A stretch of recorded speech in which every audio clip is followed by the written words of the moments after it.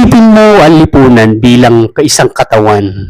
Kapag may sakit ka, may sintomas. Kapag may sugat ka, may kirot na nararamdaman. At kapag may problema, may senyales. Kaya ang kontemporaryong issue ay senyales na may nangyayari sa bansa o sa mundo natin. Pero ito ang mabigat na katotohanan. Hindi ka lang audience, hindi ka lang tagapanood, kundi bahagi ka ng issue. Bahagi tayo ng issue. Kaya kapag may climate change, di ba, apektado ka, apektado tayo. Kapag may fake news, nalilito ka, nalilito tayo. Kapag may kahirapan, ikaw yung mismong humaharap sa realidad nito, araw-araw.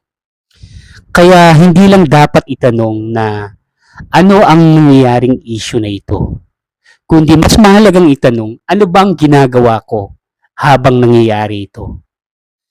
Dahil ang kontemporaryong issue ay hindi lang dapat intindihin.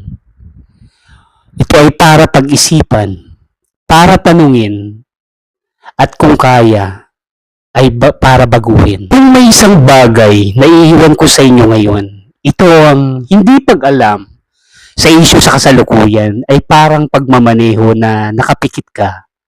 Gumagalaw ka, pero hindi mo alam kung saan ka pupunta.